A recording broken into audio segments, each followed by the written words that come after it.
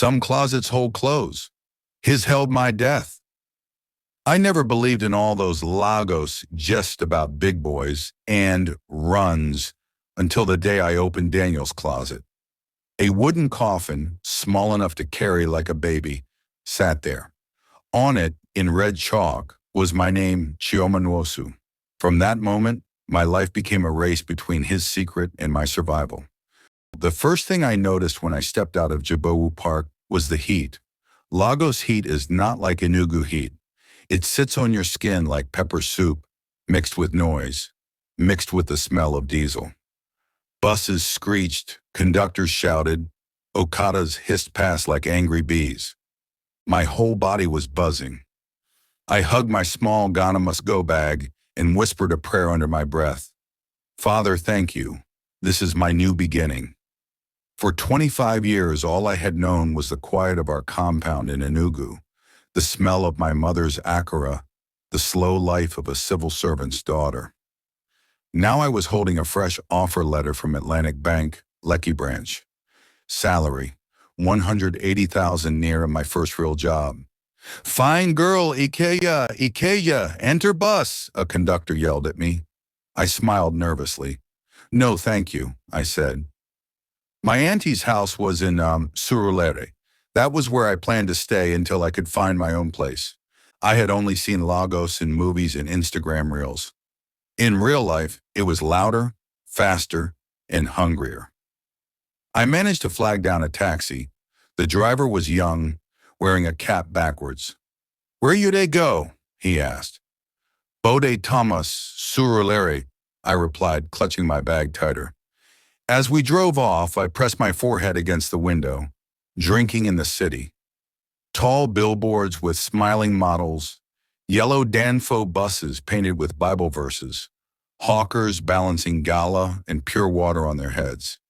In between, I saw glimpses of wealth SUVs, glass buildings, and people in designer clothes walking with phones glued to their ears. My phone buzzed. It was a WhatsApp message from Kemi, my childhood friend who had moved to Lagos 2 years earlier. Welcome to the madness. Don't let anybody scam you. I sent a laughing emoji.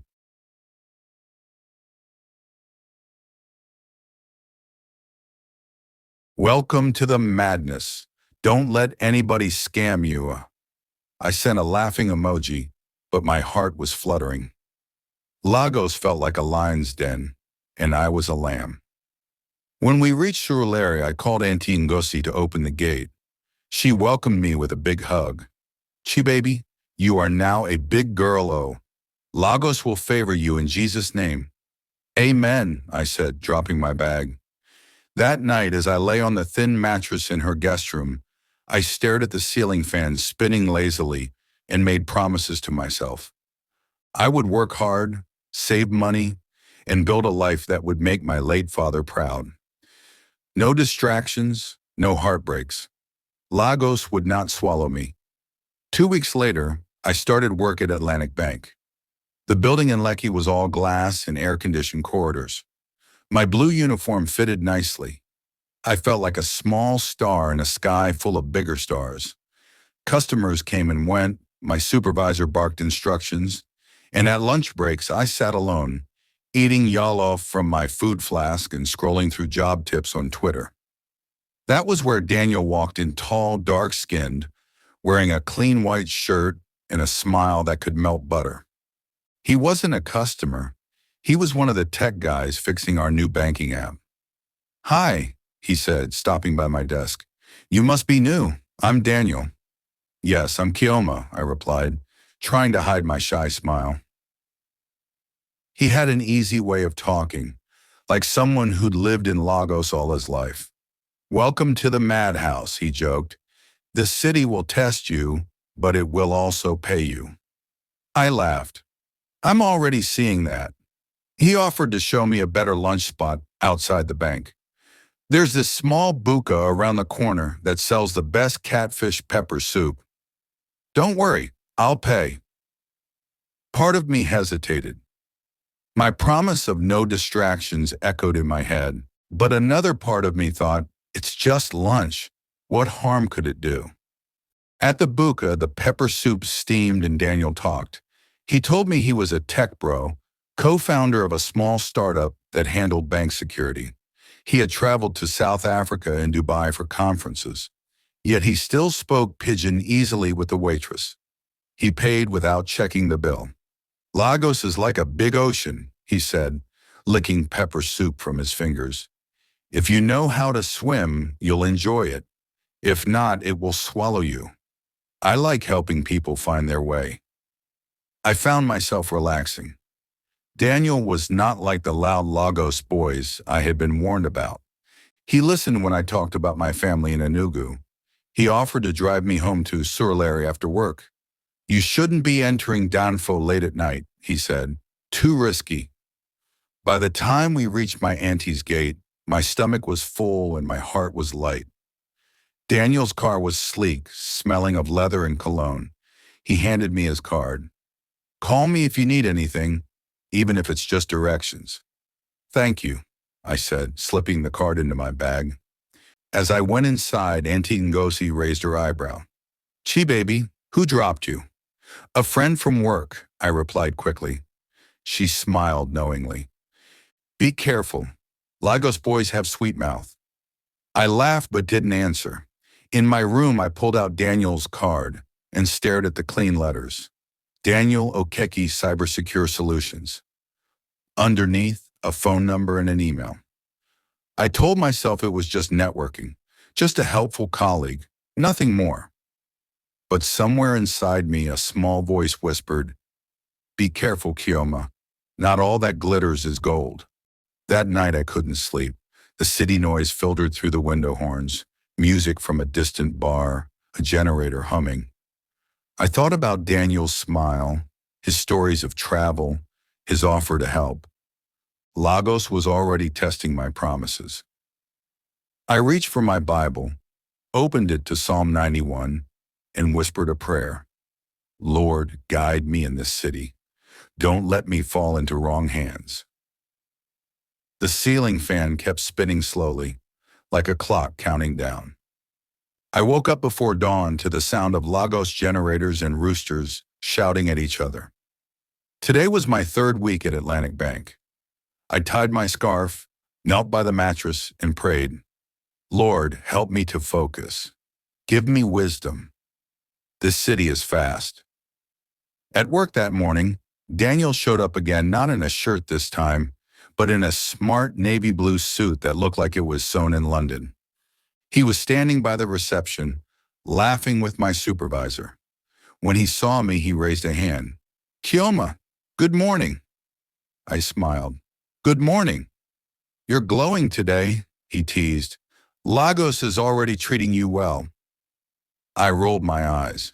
I'm just trying to survive. At lunch break, he appeared by my desk.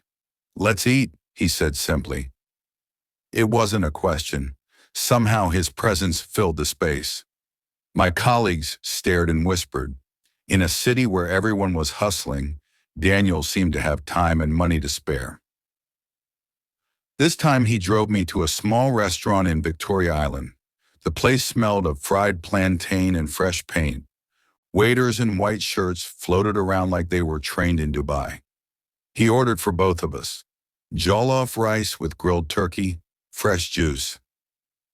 You know, he said leaning back, I've been thinking. You're different from the usual Lagos girls. You have this peace. I like that. I blushed. I'm just me. I don't know Lagos like that.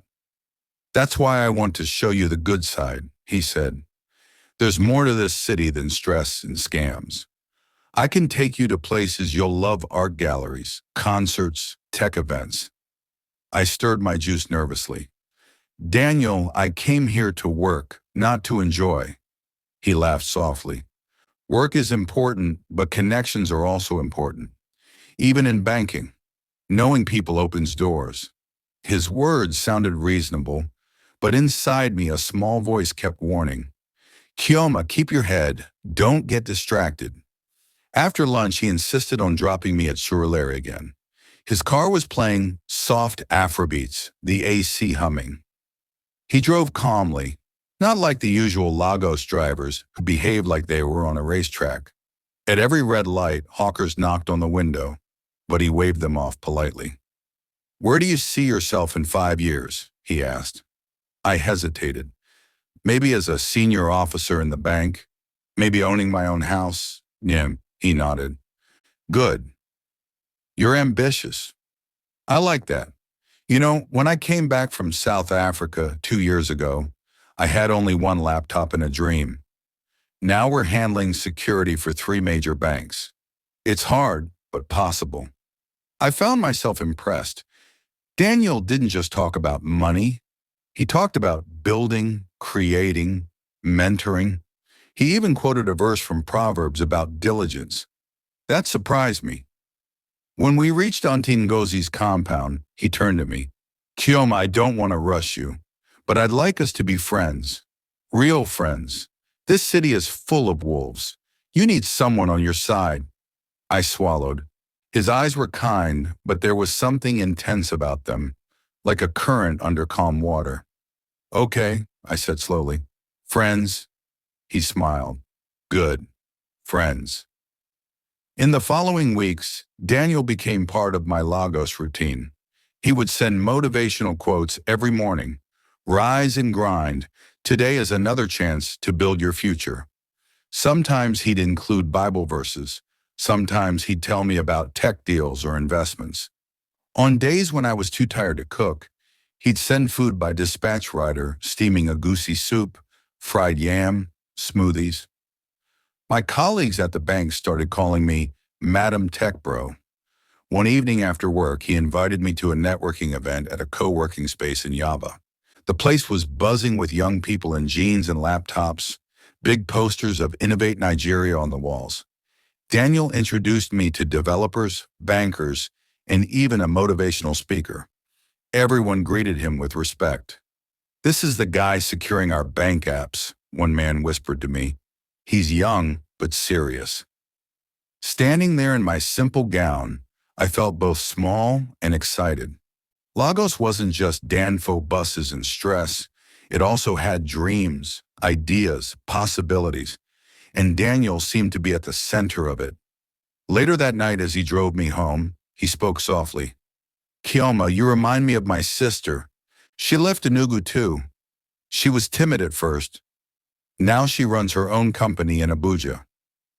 You can do even more." His words warmed me. Nobody had ever spoken about my future with such confidence. My father had died when I was 16. Since then, I had been carrying my own hopes quietly. Hearing someone else believe in me felt like sunlight after Harmattan. When we reached Surulere, Auntie Ngozi was waiting at the gate. She gave Daniel a long look, then turned to me after he drove off. "Chi, baby, you sure say you know wetin you they do? Lagos boys fit package anything." I sighed. "Auntie, he's just a friend. He's been helping me." She shook her head. "Be careful. Not everything we shine to gold." That night, lying on my mattress, I thought about her words. I thought about Daniel's soft voice, his gifts, his stories. He was kind, yes. Motivational, yes. But something about him was still a mystery. I picked up my phone and scrolled through his Instagram page. Pictures of him at tech conferences, pictures of cars, pictures of him giving talks in churches. No family photos, no old friends, just curated success. I frowned a little. Then a message from him popped up. "Hope you got home safely. You're destined for greatness, Kioma. Don't let Lagos change your heart." I stared at the message for a long time before typing, "Thank you. Good night." I didn't know it yet, but that night was the beginning of a path I never imagined. A path that would lead me not just into Daniel's world of dreams, but into the hidden room that held my name on a coffin. If someone had told me back in Enugu that 3 months after moving to Lagos, I would be dating a man like Daniel, I would have laughed. But that was exactly what was happening. Daniel didn't toast me the way Lagos boys toast girls. He didn't call at midnight begging for my time or send random, hey, beautiful texts. He simply showed up with kindness, with care, with presence. Slowly, he moved from friend to something more. And before I could name it, everyone around me was calling him my boyfriend. He made it hard not to blush. He sent flowers to the bank on my birthday, real roses, not plastic. He picked me up every Friday evening and whisked me to restaurants I had only seen on Instagram. Sky restaurant with a view of the ocean, a hidden cafe in a koyi that smelled of fresh coffee and cinnamon, a lounge in Lekki with live high life music. One weekend he surprised me with a getaway to EPE resort. "You've been working too hard," he said. "Let Lagos stress stay behind for once." We drove out of the city in his Lexus, windows down, music soft. For 2 days we walked by the pool, ate seafood by candlelight, and he spoke to me about dreams, investments, the kind of life we could build if we stayed focused. My friends at the bank were half jealous, half in awe. "Kioma, you didn't hammer-o," they teased. "Not so rich tech bros they do?" I laughed, but I didn't tell them the whole story. Daniel wasn't just money, he was discipline. He woke up at 4:30 a.m. to pray and jog. He sent me motivational books, Richest Man in Babylon, The Purpose-Driven Life.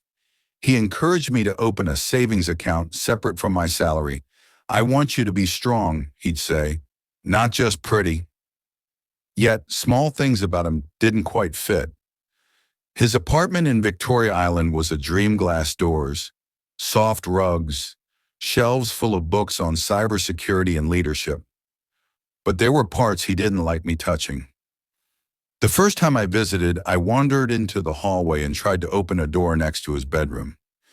"Oh no, that's my workroom," he said quickly, stepping in front of me. "Trade secrets, very sensitive equipment inside. Please don't go there." I laughed and raised my hands. "Okay, Mr. Cybersecure." Another time I reached for a drawer in his living room while looking for a pen. He took the pen himself and handed it to me without opening the drawer. His smile was gentle, but his eyes were firm. "Some things here are private," he said.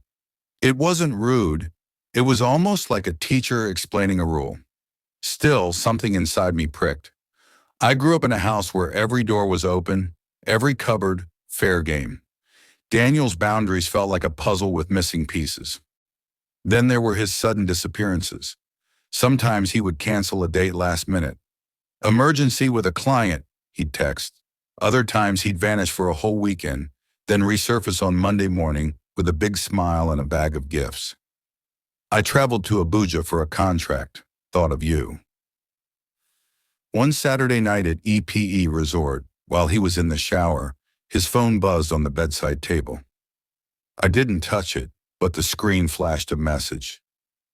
"Delivery completed, everything inside, no name, just a number." When he came out, towel around his waist, I asked casually, "Work again?" He smiled and kissed my forehead. "Always, but you're my peace, Chioma. Don't worry." And just like that, my question melted. At church in Surulere one Sunday, Auntie Ngozi pulled me aside. "Chi baby, your Daniel is fine, no doubt. But how well you know him. Men way hide things, no they show him for face." I sighed. "Auntie, he's just private. He's into cybersecurity. You know how that is." She shook her head slowly. "Private no means secretive. Shine your eye." Her words sat heavy in my chest. But then Monday came and Daniel appeared at the bank with a new phone, for me the latest iPhone. "You're a banker, you need quality tools," he said. My colleagues gasped. I tried to protest, but he waved me off. "Just say thank you." I said thank you. And later in my room, I held the phone and whispered another prayer. "God, if this is a trap, show me. If it's a blessing, keep it." One evening, Daniel invited me to his apartment for dinner. He had cooked real cooking, not takeaway. Jollof rice, fried plantain, grilled fish. He served it with chilled Chapman. I want to spoil you small, he said. After dinner, we sat on the balcony watching the city lights.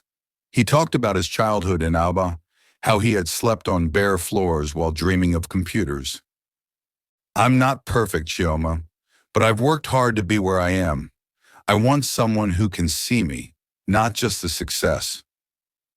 I touched his hand. I see you.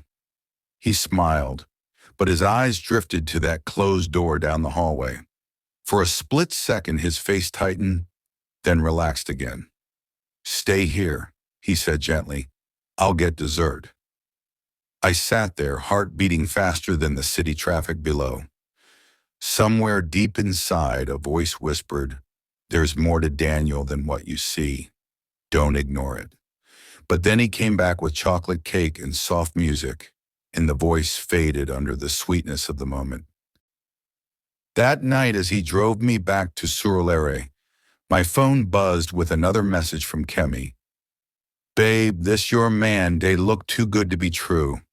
Hope you're checking him. Well, oh. I typed back, I am. He's just private. But as I lay on my mattress later, I couldn't sleep. In my mind, I kept seeing that closed door in his apartment. It was like a question mark hanging in the air. And for the first time since meeting Daniel, I wondered what exactly I had stepped into. By my 4th month in Lagos, I felt like I'd mastered the city. I knew which Danfo routes to avoid at rush hour. I could bargain with hawkers without blinking. I even started wearing brighter colors like the other bank staff, yellows and reds, instead of my usual quiet grays. From the outside, my life looked like a success story. Inside, little shadows were beginning to gather. It started with a voice at CMS Market.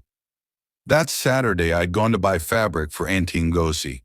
The market was crowded and noisy, hawkers shouting, Auntie, check am! Buses honking, the smell of roasted corn mixing with perfume and sweat. As I bent to inspect some Ankara prints, an old man with a beard like palm fronds stepped out of nowhere. His white caftan was stained with dust, his eyes bright like a lantern.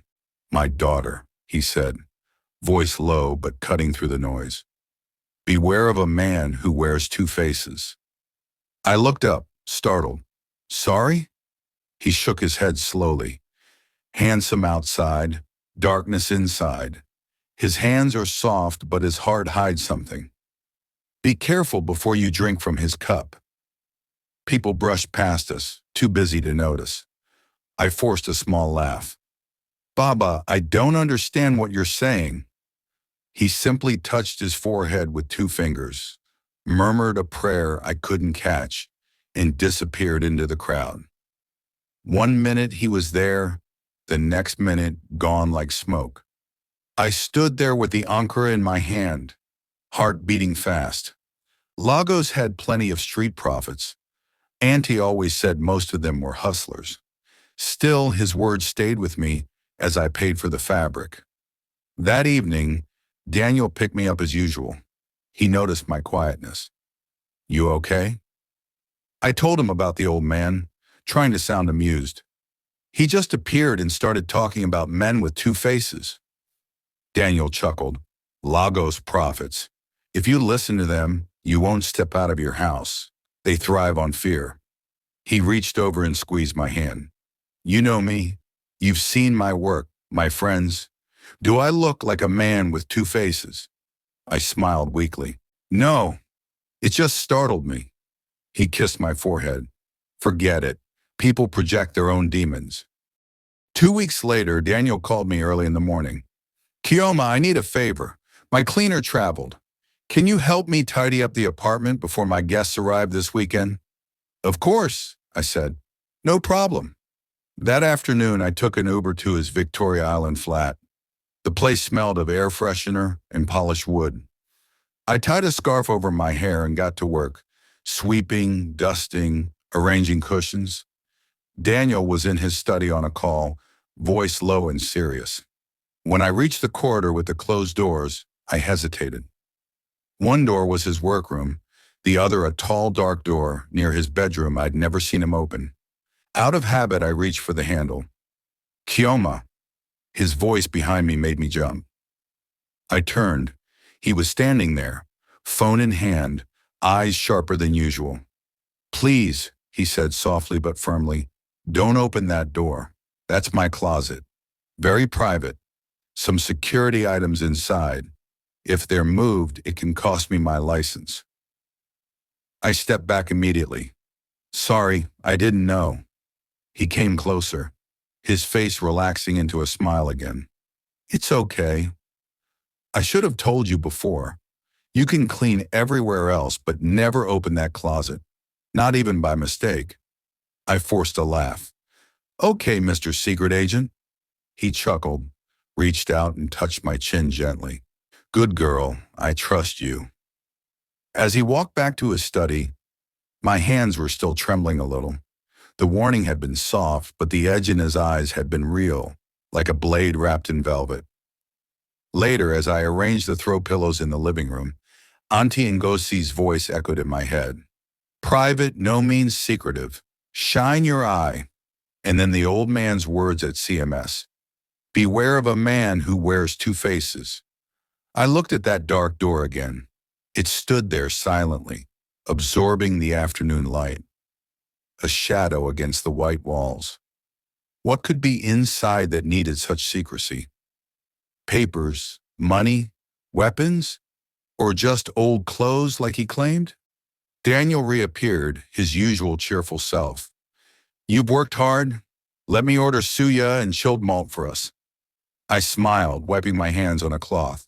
Okay. He sat on the couch, scrolling on his phone, humming to himself. From the outside, he was still the perfect boyfriend. Generous, motivational, caring. But under the surface, something was shifting like a drumbeat you can't hear, but can feel in your chest.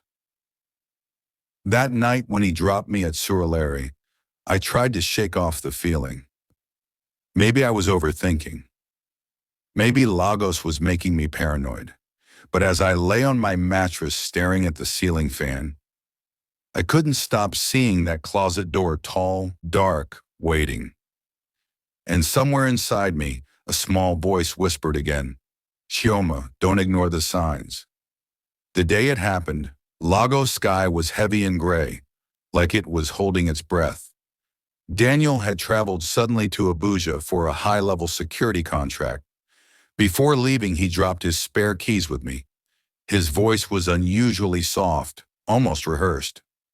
Kioma, he said, the plumber will come around today to fix the broken water system. Please, just stay. Kioma, he said, the plumber will come around today to fix the broken water system. Please, just stay at home and watch him while he works. I don't want any mistakes. The last plumber messed everything up.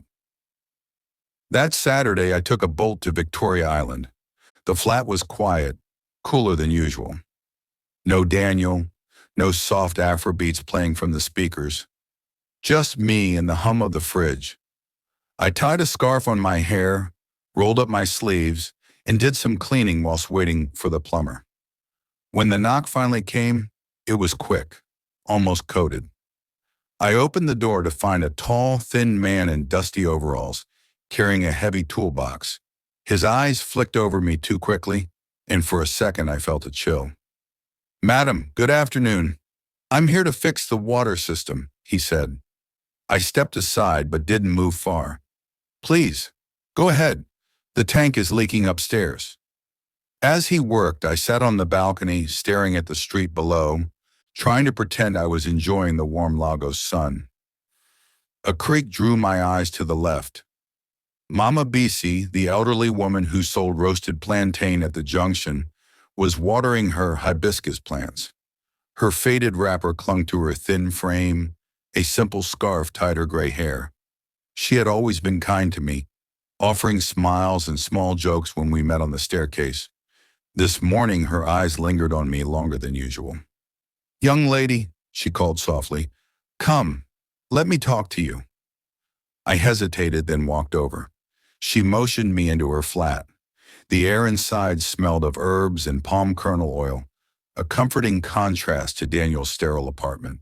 She shut the door quietly behind me. "You are from the East, eh?" she asked, peering into my face. "Enugu." "Yes, Ma," I said, wary.